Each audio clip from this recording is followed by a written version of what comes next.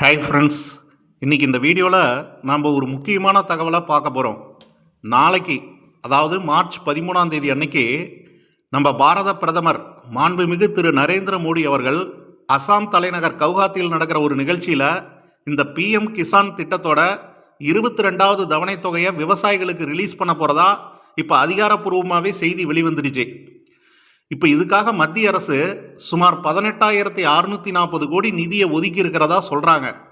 எந்த ஒரு இடைத்தரகருமே இல்லாமல் இந்த பணம் நேரடியாக விவசாயிகளுடைய வங்கி கணக்குக்கு போய் சேரும் அப்படின்னு சொல்லப்படுது. இதன் மூலமாக நாடு முழுவதும் உள்ள சுமார் 9.32 கோடி விவசாய குடும்பங்கள் இந்த திட்டத்தின் மூலமாக நேரடியாக பயன்பெறும் அப்படின்னு சொல்கிறாங்க. இந்த 22வது தவணைத்தொகை வழங்கப்பட்டதுக்கு அப்புறமா இது வரைக்கும் இந்த திட்டம் ஆரம்பிக்கப்பட்ட அந்த 2019வது வருஷத்திலிருந்து விவசாயிகளுக்கு வழங்கப்பட்ட அந்த மொத்த தொகை சுமார் 4.27 லட்சம் கோடியை தாண்டும் அப்படின்னு சொல்கிறாங்க. இதில் இன்னொரு முக்கியமான விஷயம் என்ன அப்படின்னா, இந்த 22வது தவணைத்தொகை வழங்கக்கூடிய இந்த முறை மட்டும் 2.15 கோடிக்கும் அதிகமான பெண் விவசாயிகள் நேரடியாக இந்த நிதி உதவியை பெறுவாங்க அப்படின்னு சொல்லப்படுது.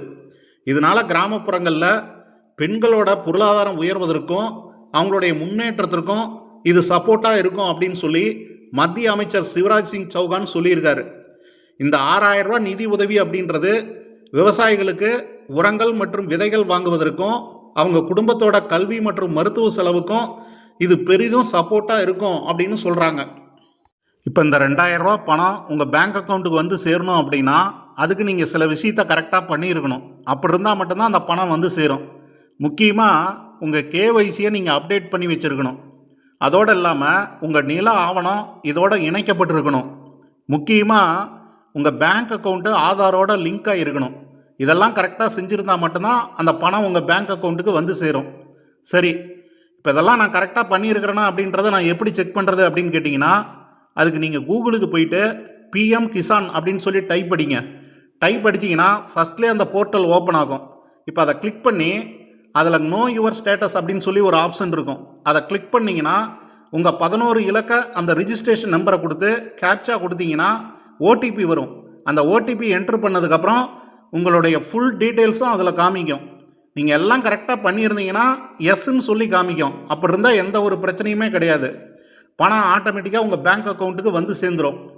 நோன்னு காமிச்சதுன்னா நீங்கள் உடனடியாக அப்டேட் பண்ணுற மாதிரி இருக்கும். உங்களுக்கு பக்கத்தில் இருக்கிற ஏதாவது ஒரு சிஎஸ்சி சென்டரில் போய் கூட இதை நீங்கள் தாராளமாக அப்டேட் பண்ணிக்கலாம். இப்போ இதுக்காகவே ஒரு மொபைல் ஆப்பும் இன்ட்ரோடியூஸ் பண்ணியிருக்காங்க. அதில் போயிட்டு கூட நீங்கள் ஸ்டேட்டஸ் செக் பண்ணுறதா இருந்தால் தாராளமாக செக் பண்ணி பார்த்துக்கலாம். ஓகே ஃப்ரெண்ட்ஸ், இதுதான் விஷயம். இப்போ இந்த வீடியோ பிடிச்சிருந்தது அப்படின்னா ஒரு லைக்கை போட்டு விட்ருங்க. இது போன்ற பயனுள்ள தகவலுக்கு மறக்காமல் நம்ம சேனலை சப்ஸ்கிரைப் பண்ணிவிடுங்க. மீண்டும் அடுத்த ஒரு நல்ல பதிவில் சந்திப்போம். நன்றி.